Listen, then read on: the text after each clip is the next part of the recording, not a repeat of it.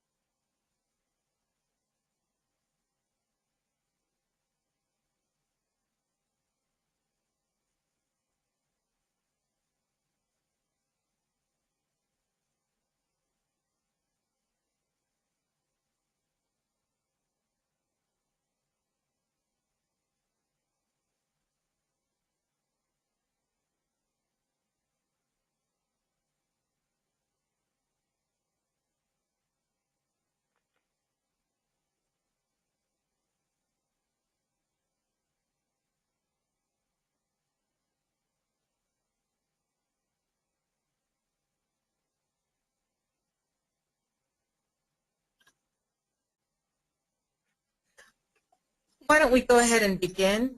Thank you all for joining us. My name is LaDon Mantegi, and I am the Executive Director of the Global Social Enterprise Initiative at the McDonough School of Business here at Georgetown University. We welcome you to this webinar series on behalf of the Rural Entrepreneurship Initiative and hope to have a very informative session for those of you all across the country. We have two terrific speakers, and before we launch in, if I could just again remind everyone, if you are listening in, please put your microphones on mute.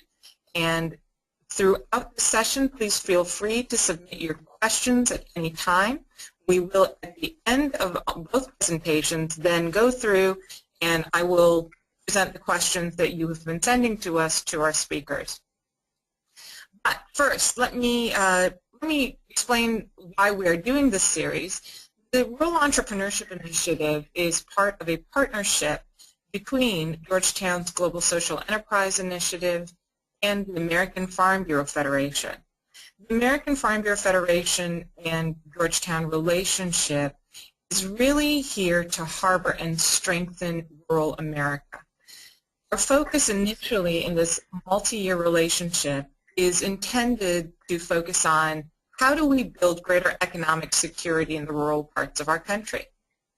And in doing so, Farm Bureau felt it was really important to foster greater opportunity in entrepreneurship amongst all who live in rural America, be it that they live on farms or ranches, or that they live just in the rural countryside and do not have access necessarily to farm or ranching land, and have great ideas for business opportunities that they want to launch. So we're here to help foster that opportunity. This session is the third in a series of 5 that we're doing this year. And we're really focusing on, if you are an entrepreneur and you are trying to pitch your business, whether it's your idea to an investor, a loan officer, or to a family member to say, hey, I got this crazy idea, what do you think? Or if it's even to pitch it to your customer, how do you tell your story? Storytelling is a vital component of expressing not just business details, the passion also that goes behind it. You gotta win over your audience, and your audience consists of various components. So we've got a couple of experts for you to tackle this issue. First, we're going to hear from Lori Ianu, who's a senior editor at CNBC.com, and she oversees all special report editorial coverage for digital, mobile, social, and TV. She's an expert in small business, finance, technology, and management strategy, and Lori also happens to be joining us from the middle of a newsroom. So I think that's an added bonus. Thank you for that, Lori. After Lori, we will be joined by Joni Cobb. And Joni has served as the founding president and CEO of the Pipeline Entrepreneurial Fellowship. Pipeline is an elite organization of the Midwest's most successful and high-performance entrepreneurs. So both of these amazing women have some terrific knowledge that they will share with you all and respond to your questions. But first, before we launch into Lori's presentation, we have a poll question that we'd like you all to answer, and you can answer it at any point throughout this presentation.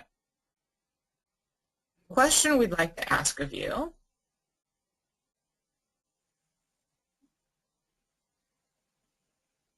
all right, we have our moderator who can put up the question.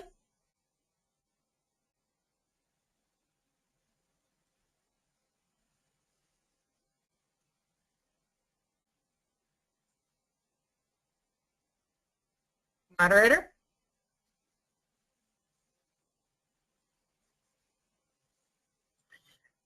You'll see it at one point. The question that we have for you is, which of the following social media do you use regularly? And check all that apply. Be it YouTube, Facebook, LinkedIn, or Twitter. All right. And with that, Lori, I'm going to turn it over to you. We'll look forward to hearing from you. Thank you so much for that nice introduction. I really appreciate it, and happy to join you today. It's not surprising that America's small business contingent is the envy of the world. The sector is a major driver of GDP and job growth. It is an innovation engine responsible for so many of the products and services we covet in our daily lives.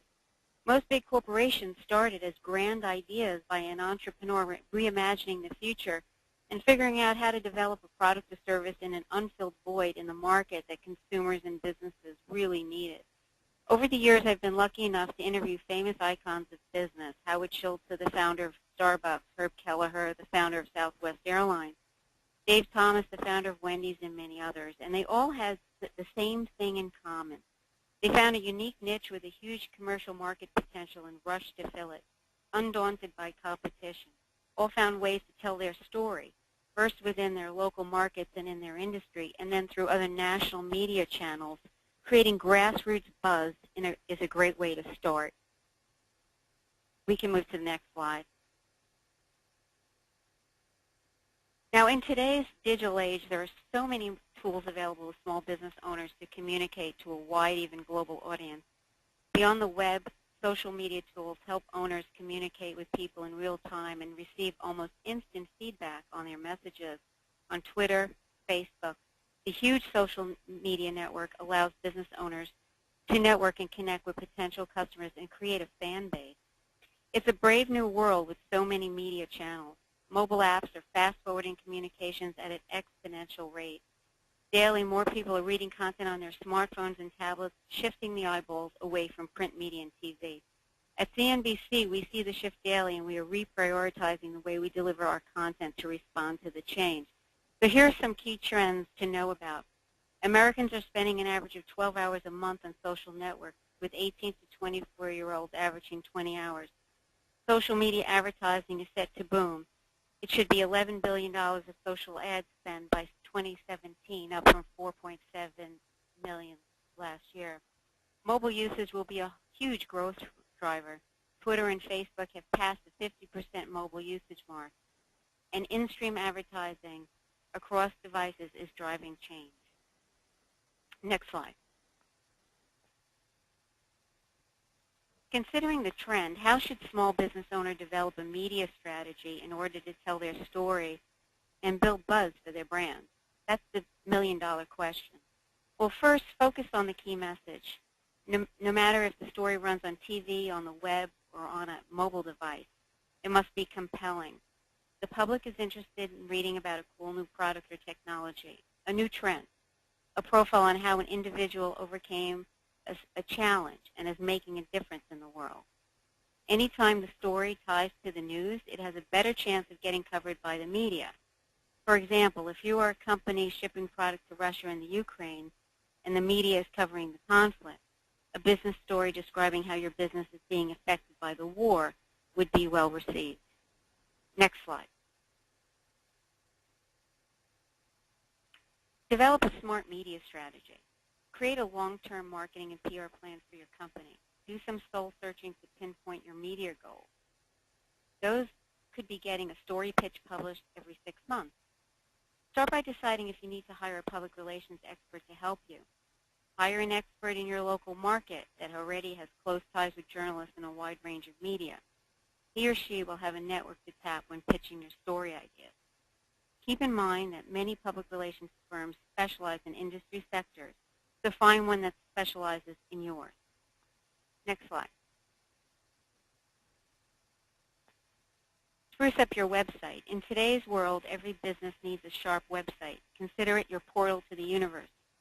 Your website design should reflect the image you want to project to the general public. To get your story out, develop a blog where you write about a company news and topics that will generate traffic and help you build your brand's voice.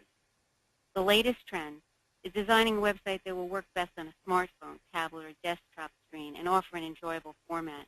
Sometimes that means keeping the design simple and easy to navigate. The example you see on your screen of Rackspace is a case to review. It only posts relevant information of high quality once per day. The company's 18 products have over 500 recommendations, and their employees are active on the site. Next slide. Here's an example of a company called RealCO that has found a way to use video to its advantage. The company is getting a lot of traction from posting on YouTube and Vimeo by following some key rules, showcasing professional videos alongside homegrown ones to humanize the brand, keeping the video short, enabling video embedding so other users can post their videos on their website. Their best practices, their videos are a mix of short how-to videos and longer interviews. There's a great mix of professionally edited videos as well as videos you and I could create, and down-to-earth guys who aren't actors and are just real. Next slide. Write a weekly or monthly blog. Increasingly, small business owners are writing blogs and even partnering with news sites to post them. Many news organizations, including CNBC.com, are looking for expert contributors to write commentaries on timely news topics.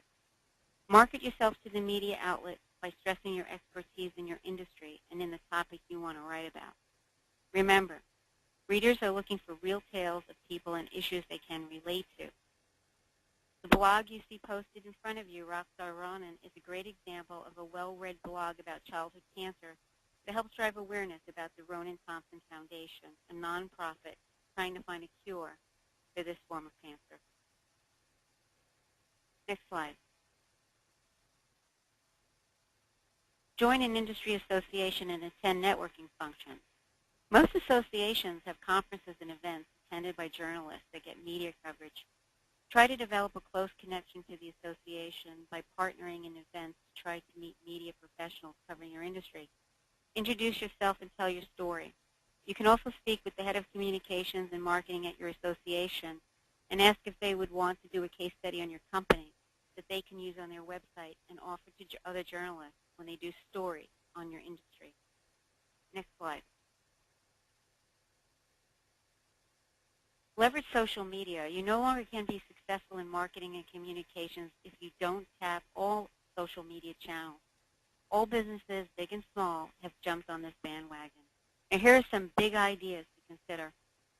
Promote your business on Facebook.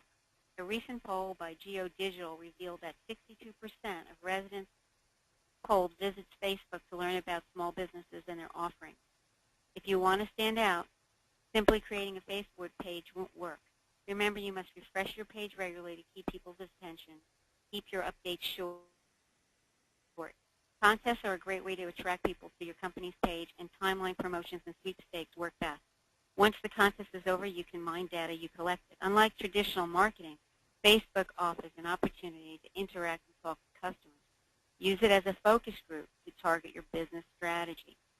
Post when people are listening. There are times of the day and days of the week that work best. Test when you have the best results. Above all, make your other marketing tools, including your website page, shareable.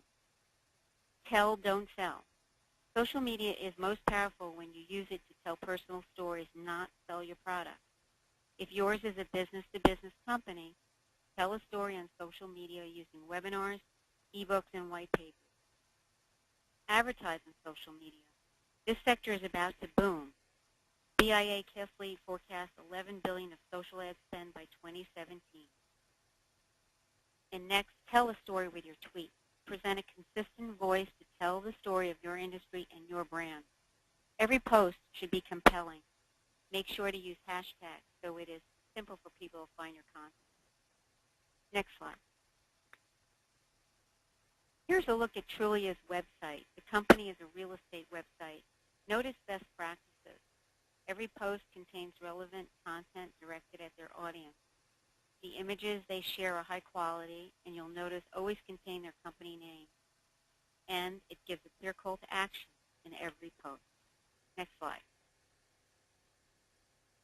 Here's a case study of Buffalo Wild Wings. Note its best practices. Lighthearted tweets geared toward their customer base, great images that show off their product, the use of their own hashtags, and relevant and timely tweets. Like the tweet here, when the lights went out during the Super Bowl. It's a great way of leveraging their commercials and the situation at hand. Thanks very much, Lori. And now I'd like to introduce Joni. Thanks, everyone. And Joni's going to launch into, all right, well, why do this? Why is this story important? And how should you tackle it? Who are your audiences? And why is this going to gin up the success of your business or not? Joni?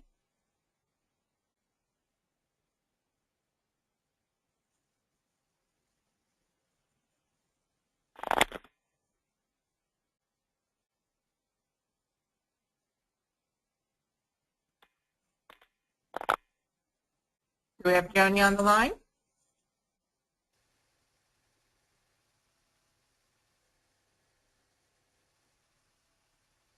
That mute thing works too well.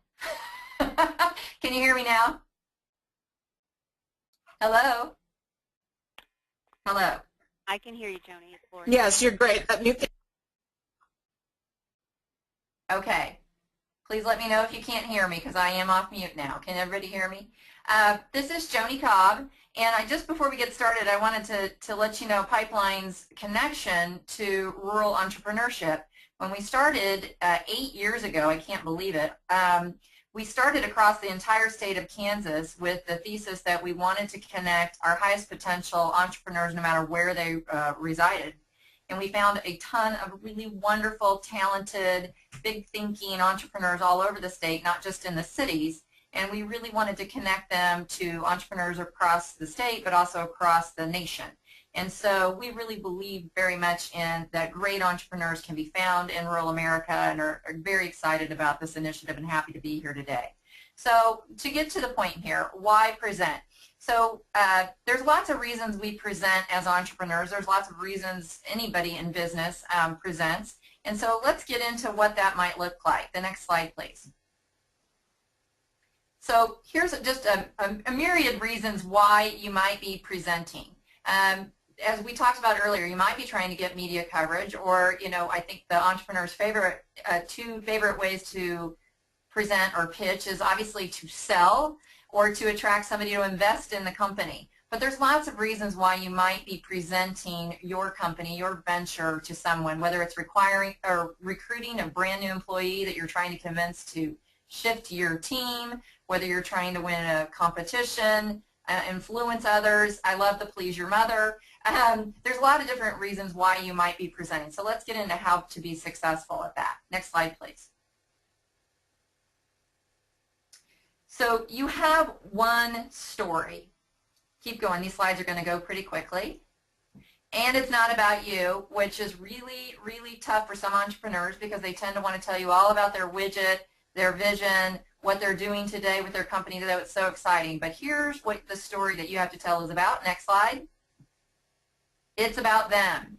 So what that means is anytime that you are talking about your company and what you're trying to get accomplished, you've got to focus your attention on who you are speaking with. And I know that sounds like really simple logic, but here's the thing. I've watched it a million times. Entrepreneurs love to tell you about their technology or their solution or what they're doing that day that's so exciting about their company, and they get so focused on telling you what's so wonderful about their company that they forget that they're trying to get a point across to an audience, and you've got to be relevant to that audience. So first you've got to care about who you're speaking with. Next slide.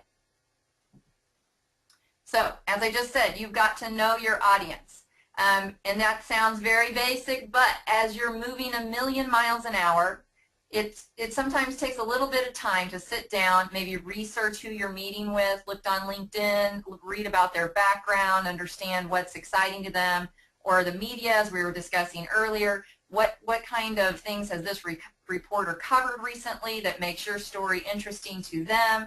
You have to take a little bit of time to understand the audience that you're presenting your company to, and because you've got a goal. With every audience, your goal may be different, and so you need to understand who they are, what would be the most productive use of this presentation, and what do you need them to decide about you, or what step do you want them to take when you're successful at this presentation. Next slide.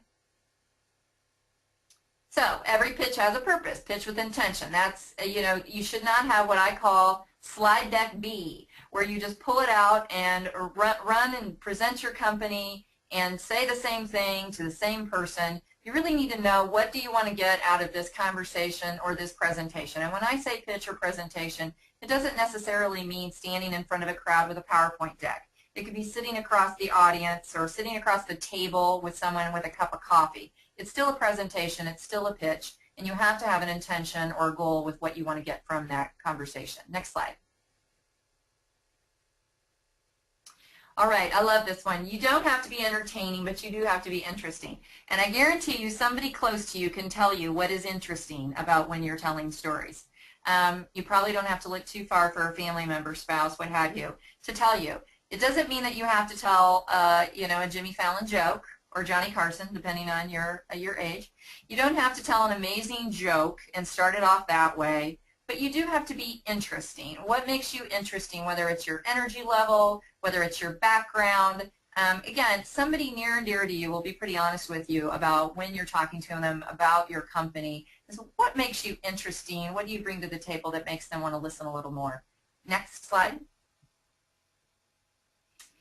And in the world of starting businesses, these points right here on this slide really can make your story interesting. Many of you may start a company because you saw maybe farmers in your area not be able to compete in certain ways with grain. And so we had an entrepreneur pipeline who helped farmers set their own price for grain trading. And his grandfather had told him that farmers always get screwed in the deal and never make any money. And so he grew up with hearing that and wanting to solve that problem, and that it really compelled him to start the company. And it makes it very interesting to hear about how he built that company.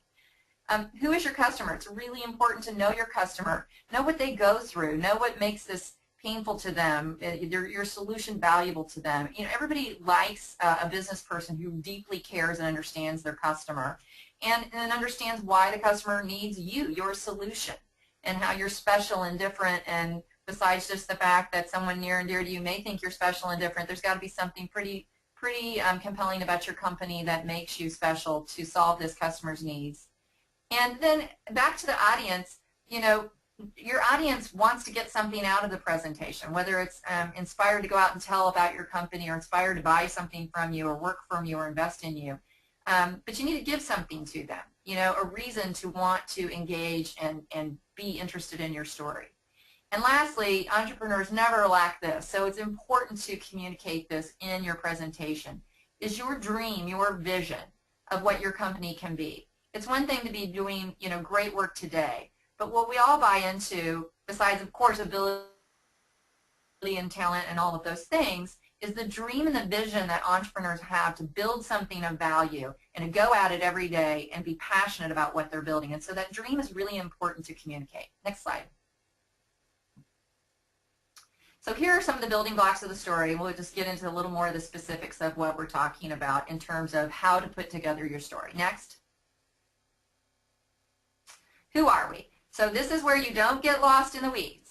A company description should be pretty brief about what it is that you do. The who are we isn't necessarily your team, but it's just, this is our product, this is the problem that we're solving, this is where we're based, just something to kind of introduce it. This is not a place to go into the weeds and get lost in all the intricacies of your company or your technology. This is just kind of a high level, who we are, the problem we're solving, and going to market with this team. Next.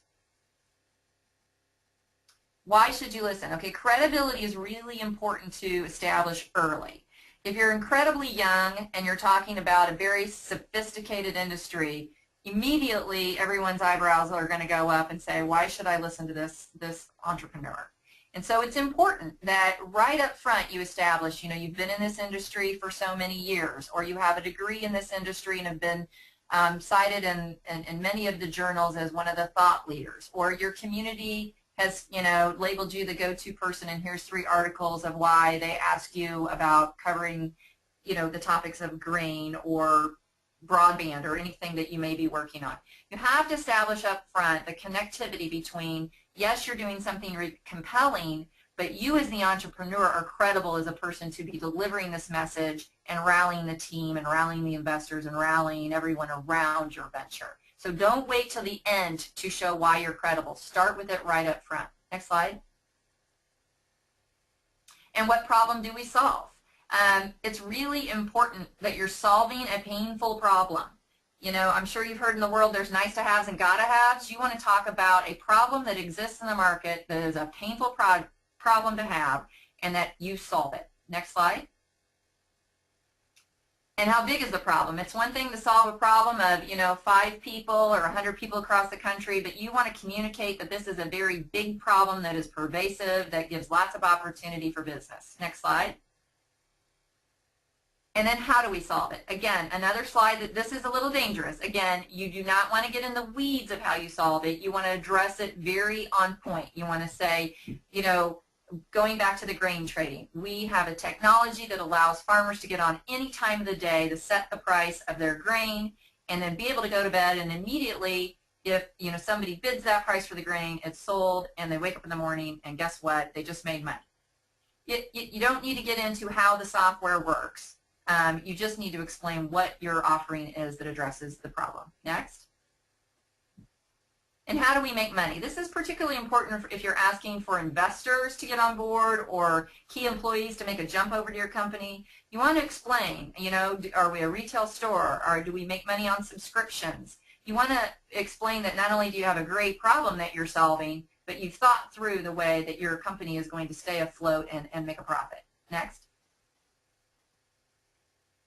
And how do we reach our customers? It's one thing to have a fabulous product, be the best you can be, have a credible, great team, but you've got to get to your customers. And it needs to be more than we're going to just market and advertise on the internet. You need to think through how you're going to distribute your product to customers. Next. And is there money to be made? This kind of relates to the earlier slide, but you've got to show some sort of pricing, or that you put some thought to the table of you're not only solving a problem, but there's a significant profit in this business to make everyone involved some money. Next. And what could go wrong? Nothing can lose an audience quicker than if the back of their mind they're thinking, gosh, I think I saw a company just like this the other day, or Apple might be in that market, or do they really think they can take on Google? So if there's anything that could go wrong, it's best to anticipate what could go wrong and address them in your presentation so that they know that you're a bright enough leader, that you've thought of those things, you've addressed those things. It doesn't mean that there aren't risks, but that you're the kind of entrepreneur that's out in front looking for those risks and thinking through solutions. Next slide. And this is for those of you who are looking for investors. It doesn't mean that you have to put on a slide or state in a conversation, this is how much of the company that you're going to buy, etc. People need to know, if you're asking them for money, what use is it going to? It sure better not be a lot of salaries. It needs to have a plan attached to it that says, with this much money, we're going to do this by this date, and I'm going to be accountable for spending this money that you're giving us to really move this whole plan forward. Next slide. And they ask. Many folks get up and present and sit down, and they don't ask for anything. And everyone that they're talking to looks across the table like, okay, that was wonderful and great. At the end of the day, you have to be very clear with what you want to get out of a meeting. And I would encourage you not to get asked for a marriage, but to ask for the next date. As Chris Shipley, who helped put this deck together, always says, you want to get to the next meeting or get to the next level of the sales organization that you need to get to. Your goal is to get further in the conversation. Next. And I don't think we have time for the elevator pitch right now. If we have time after Q&A, we can go back to it. But in essence, just to sum up, you know, entrepreneurs are so exciting and passionate and feel like what they're doing is so important that they often don't sit still for just a few minutes to make sure that they're covering all their basics, that they're understanding their audience, and they really have a goal to get at the end of the conversation that isn't the full, you know, crossing the finish line, but just keeps the conversation open. And that's all I have for now, but I'd love to answer any questions that the audience have. Joni, terrific. Thank you so much. As we go into the question period now with all of our participants, I just want to remind everyone that on your right-hand sidebar, down below you have the chat area, and there's a box where you can type in your questions and send them in. I have some questions coming in already, but I wanted to direct those who may be searching for the way we're seeking questions from you. So I wanted to tee up a question. We talk oftentimes these days about online storytelling, social media, online tools and mechanisms for being visible. But online access isn't necessarily always the pervasive way. What are some of the best ways to promote your story, promote your business idea offline? Who do you want to start with that? Either one. Why don't you go ahead, Joni? Sure. Well, I mean, there's as many ways as you can imagine. You know, you're building your brand at all times, and so certainly, you know, online is the most pervasive way that we obviously all talk about today. But I also think it's really important that you're staying in front of your constituency and being thought of as a thought leader. So whether that's speaking at conferences that are relevant to your industry, making sure that everybody around you communicates the same message about your company, that you're very clear and effective about your talking points about your company and your value proposition. So those that know and love you and espouse what you do are speaking from kind of the same playbook, so to speak. So I think that there is, as long as you stay present in the community, whether it's online or in your relevant communities, networking events, conferences, etc., if people know about what you're doing and they have a consistent message, they will often spread that message offline as well as on. Right, and this is Lori. I agree totally. And just to add to that, you could also create a kind of a grassroots movement by communicating effectively with your business partners, with your customers. You could be sending weekly or monthly newsletters with updates and information about your company. And then you could also volunteer and create marketing events where people get together, where you could just rub elbows and network with people and tell them more about your story. Lori, another question for you. If you are comfortable with just one social media channel to work with and don't want to deal with all of them, how do you decide which one? Because one size probably does not fit all.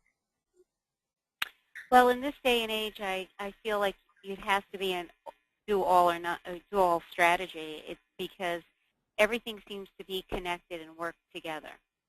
So, for example, if you're sending out tweets and putting short messages on Facebook, you're really building traffic and pushing traffic to maybe your online website. So they all kind of work in unison. I don't know if that makes any sense, but that's how I see everything working right now. All right, perfect. And just getting back to real basics again, if you're not savvy with this kind of social media, where should our participants turn? Where should entrepreneurs turn to learn what the best mechanism is, or figure out hashtags? What is a hashtag, and what kind of hashtags do I use if I'm on Twitter? Or how should I use LinkedIn to connect with people whom I don't know but could help me build my business? It's a very good question. I think that in some instances it makes a lot of sense to hire a PR or marketing expert to help you at the beginning, or sort of like a consultant who can guide you a little bit and help you, develop a strategy. there's been times throughout my career when I have been working as a freelance writer where I've actually worked with entrepreneurs and small businesses and helped them develop a strategy. We would meet and we would talk about how to build a website or what kind of social channels work best for their types of business and what they want to communicate. So I really think at the beginning it might be very, very helpful to hire an expert or a consultant to help. And this is Joni. Sometimes I have entrepreneurs that, are so before they can afford to hire somebody as helpful as Lori, and we hope to get them to a point where they can bring somebody in like that. But when they're to the point where I call it the ramen noodles phase of their lives, usually there's some place either online or through small business development center outreach or community colleges, etc., that will have some sort of introductory classes that give you the basics if you're really, really learning from scratch about how to use basic social media. And always my go-to strategy when I'm really lost and I'm in a huge hurry is to ask them a teenagers in my house. At least just to learn about hashtags. I wouldn't say for content. They do dangerous things, but. And just to add to that, Jody, even I am a resident of New York, and in New York we have, and this could be applicable to other places in the United States, our library system offers tremendous support for entrepreneurs and small business. They have, for very small fees, they have seminars on business basics where they go through, developing a social media plan, how to write a business plan. These are like 6-week courses that they're given for like $60 to $90. So I'm assuming that in other local markets there are other support systems available. And I know that even some credit unions in local areas offer support and training programs. Small Business Administration has small business centers around the country with free training services for small companies. Great. So, elevator pitch. An elevator pitch is really a critical component of telling your story. It doesn't matter if you are just starting out with an idea or if you're even advanced in your business and you're highly successful.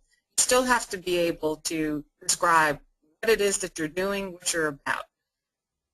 Joni, can you give us kind of the top 3 points that are necessary for the elevator pitch? Yeah, you can go ahead. I don't know, do you have my slides up still? If you want to go ahead and forward to the next slide, that might be good to look at for folks. And in fact, I think it's the next one. Here you go. Next slide. I think the next slide would be a good one to keep up. Right. So an elevator pitch, everyone can disagree about how long it is. I would say 90 seconds or less. And the point of your elevator pitch, generally, you may or may not know who you're talking to. It might be someone at a networking event that just says to you, so what is it you do? I mean, how many times do you get this question? And you need to really be prepared for a very brief, concise way that does exactly what it says on this slide. You need to get their attention. Sometimes people do it with a really quick, pithy statement like, well, I'm just going to stay with the grain because we've been there. I'm a price line for farmers trading grain. Sometimes people will do it with a line like that. Sometimes other people will use the emotion. We're solving childhood obesity issues. So they'll have an attention grabber, and then they'll go into something very, very easy to explain at a very high level what it is they do, and you obviously demonstrating your passion through this conversation, and you want to quickly get to the problem that you solve, because people hear great ideas all the time and they don't think that much of it. If an entrepreneur can say, and this is a pervasive problem where we've seen, 85% of the industry has said it's one of their top problems to solve, that is keeping them back. Anything that explains that the problem that you're solving is a very painful, important problem to solve, and then how you solve it. And then this last point in here about qualifying the prospect, you want to understand who you're talking to. Are you an investor? Are you a farmer? Are you looking? You want to understand quickly in that elevator pitch who you're talking to and if they have importance to a next step conversation, rather than just tell somebody a really quick elevator pitch and they say, really, that sounds fabulous, and they walk off and you don't know you might have met, T. Boone Pickett's. Kind of important to know. Joni, you make the elevator pitch and you grab somebody's attention. You talked about having an ask. What's a good ask? Well, a good ask is what you need to get to the next step in the conversation that fits your goals. So if the most important thing in your conversation with an investor is that you're trying to raise $4 million, you're not going to get $4 million in the first time you sit down and present to them. So the ask would most likely be for another meeting. So a good ask is a logical next step that gets you to your goal with this audience that's appropriate for that goal. So obviously asking me, can't say for any of the rest of you on the line, but for $4 million is probably not a good avenue, but asking me to make an introduction to my network that is full of people who would know somebody like that is probably a great ask. So a great ask for an entrepreneur presenting to me was, do you find this interesting? Do you know anyone in your network who might be able to give me their opinion about blah, blah, blah, blah, blah? It needs to be something besides going for the jugular or, the brass ring on the conversation. Or, again, don't try to get married with your ask. Try to get the next date. So if I'm meeting with somebody who is a funder, and the funder, let's say, oftentimes in rural areas, is a loan agent. Mm-hmm. Let alone an investor. If I'm with a loan agent, can I go ahead and just ask for the money in that meeting? Well, I'm not an expert in working with loan agents other than the fact that I'm the daughter of a commercial loan officer, so he would be really sad to hear me say that. So, I mean, if their job is to give you a loan and you're in there asking for a loan, that's quite a different situation. I think that you're there to try to work through getting a loan, and I don't think an ask like that is a big ask. It depends on the size of a loan, of course. If you've got to go through a loan committee, if it's so big that it's beyond their authority to approve right there. Again, that goes to knowing your audience and knowing the size of your ask and knowing what the appropriateness is of asking for the whole, kahuna right there in the conversation. Great. Lori, one of the questions we have for you is, a picture tells 1,000 words. You being in the media industry probably are very familiar with that, even more so than many of us. What are the best ways to use imagery to tell your story versus words? That's a great question, especially since most people ignore the fact that imagery is almost 50% of the storytelling, and increasingly people are using videos, even self-made videos that they can easily create on their cell phones, and posting these videos on YouTube to tell their story. As many famous entrepreneurs were unknowns until they started doing that. It's really quite a phenomenon. So I think similar to the written version, if you were to take a picture, it would have to be a compelling picture that kind of exemplifies the point of the story. And if you took a video, similarly, it would have to be something that isn't self-promotional but captures the heart of the essence of what you're trying to say in the video, whether it's a challenge solved or a societal problem that you're trying to solve. And beyond just showing the imagery, there would be a voiceover, that a short tale of someone narrating what they're trying to get across. And with a picture, similarly, writing the caption is very, very important, as well as taking a photo. Another question for you. You being in the media, how do I, as a new business person, capture your attention in the media? Well, I think we went over this earlier, and I'm happy to go over it again. And the point I made, and we can go back to the slide that says focus on your key message, which was, I think, slide 7. Be a master storyteller. So make sure that you're being compelling in your message. You're not trying to hawk a new product or technology, but you want to profile and tell a story, either how you overcame a challenge or how you're making a difference. If you're involved in an industry that is being affected by something that's in a news event, I had mentioned earlier, let's say your company is shipping products to Russia and the Ukraine, and the media is covering the conflict, automatically your story will surface to the top because you would be an example of a company being affected by war, which is something in the media, and be well received. So you really want to make sure that you can have a compelling story, and if it can be tied to the news in any way, so much the better. A question for both of you. If I have $500 to invest in marketing my business, how would you advise I spend it? And if I have $5,000, how would you advise that I spend it? Wow. Yeah. It's hard to know without knowing the background of what they already have in place. So Right. maybe we should assume that they have nothing in place for the 500, and then for the 5,000, maybe that would be an easier way to answer the question. Yes, let's go ahead and approach it that way. Oh, all right.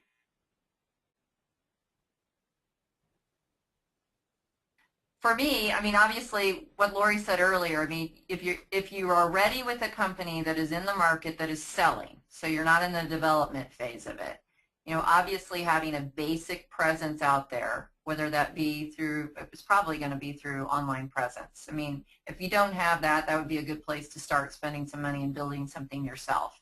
You're not going to have a whiz-bang $500, you know, amazing website, but you can do some basic things online so that you're at least getting yourself out there and can start blogging or whatever is most appropriate, posting video, etc., for your company.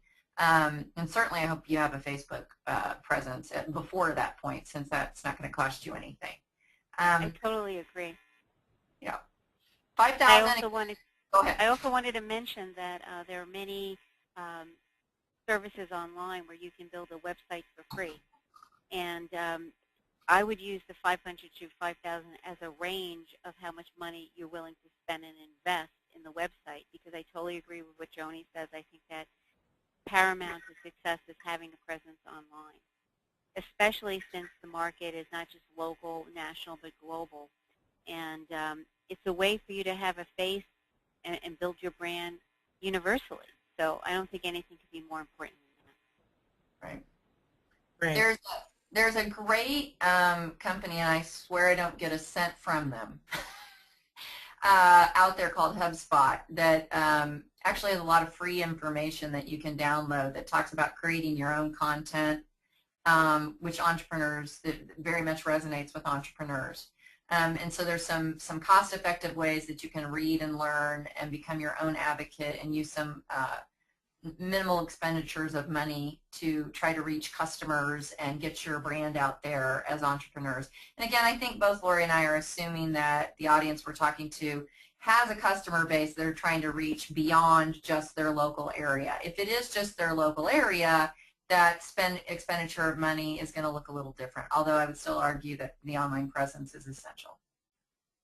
Right, because even locally, people are using the internet, they're using their mobile device to find out about where to find their local business partner or local merchant, and it's becoming just an integrated part of life. All right, very good. We're going to put up the poll question again one more time. And those of you online, please go ahead and vote. Which of the following social media do you use regularly? And vote for as many as you do use. YouTube, Facebook, LinkedIn, Twitter. And while our participants cast their votes on this, I'm going to ask you, Lori and Joni, which one do you use? Well, in terms of my own accounts, I have Facebook, LinkedIn, and Twitter. I utilize YouTube in the sense that I use it for content that I watch, but I don't post on YouTube. But I have accounts on the rest. Similarly, I have Facebook, LinkedIn, Twitter, and I tap into YouTube, but don't regularly have an account and post on it. So there's a lot of discussion about Facebook's participation waning. Is that true? And if so, in how how is it waning? But in other discussions, there's a debate that Facebook is actually increasing for purposes of following brands and for business needs. Can you talk to that point a little bit?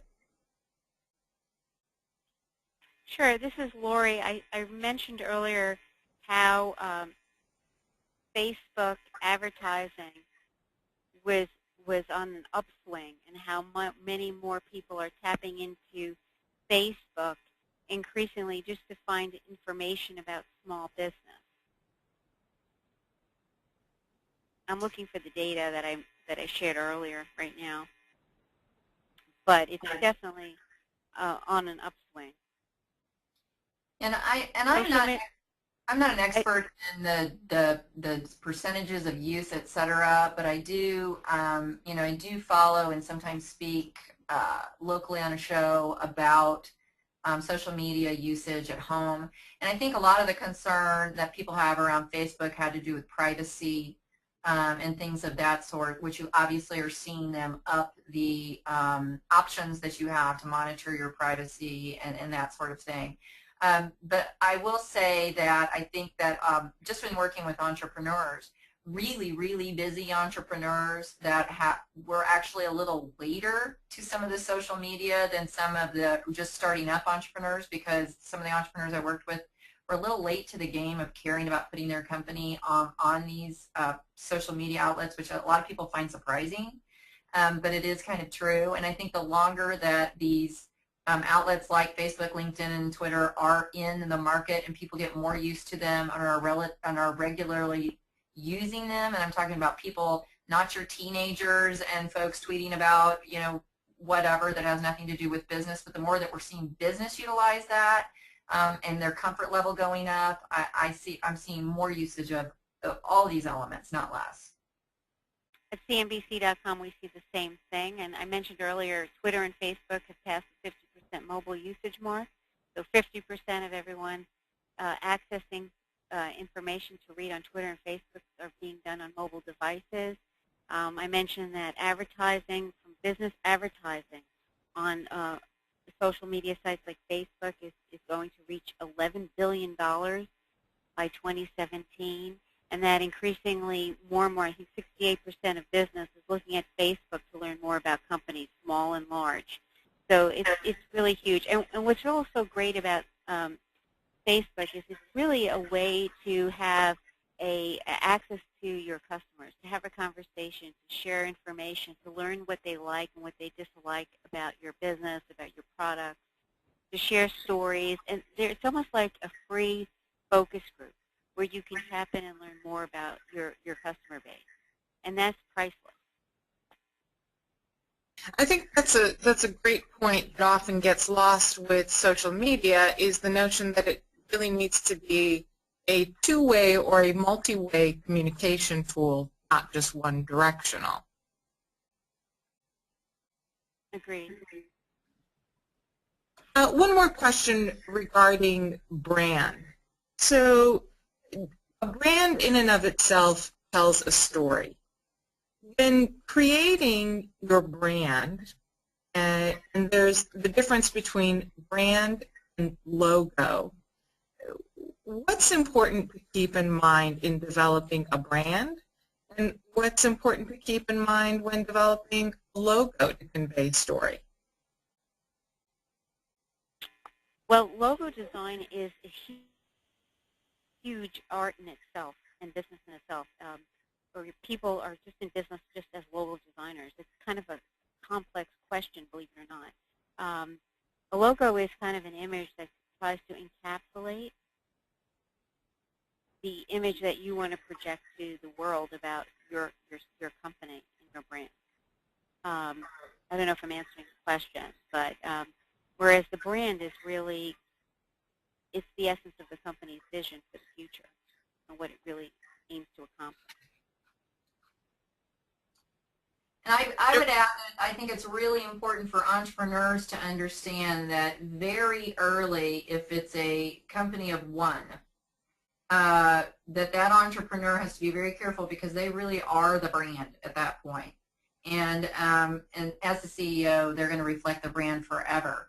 But it is an important piece to understand about yourself, that the way that you talk about your venture, yourself, your vision, your values, you're establishing brand very early on, and very much you are the brand. Great. And as we hopefully saw in the poll, it seems that Facebook is what predominantly our participants use, and Twitter the least. So that in and of itself is interesting information and telling what people are comfortable with. One last question for both of you. So the Rural Entrepreneurship Initiative, as part of our efforts, has launched a national competition for rural entrepreneurs.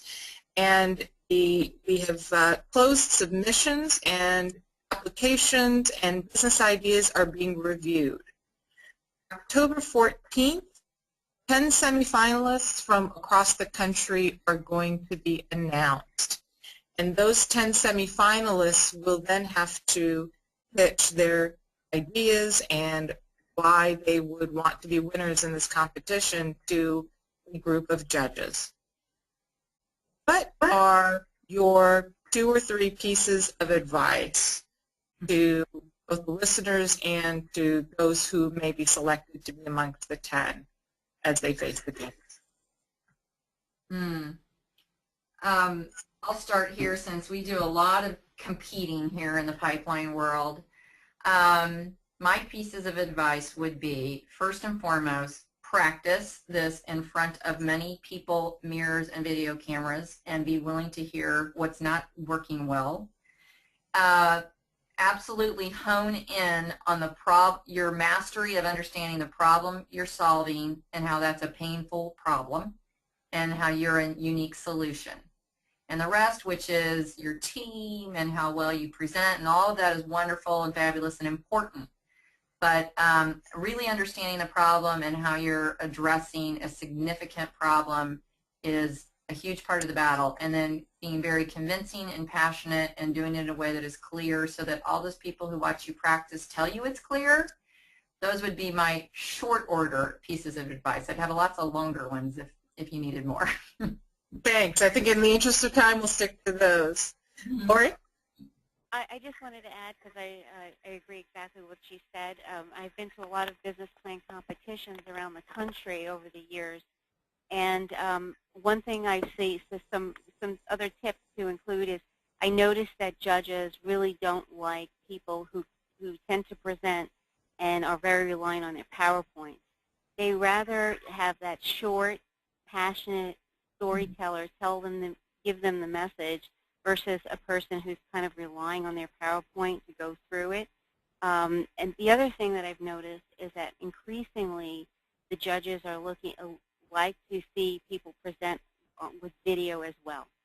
And this is kind of a trend that's taken hold over the last 2 years. I don't know if that's helpful, but I've seen that as well.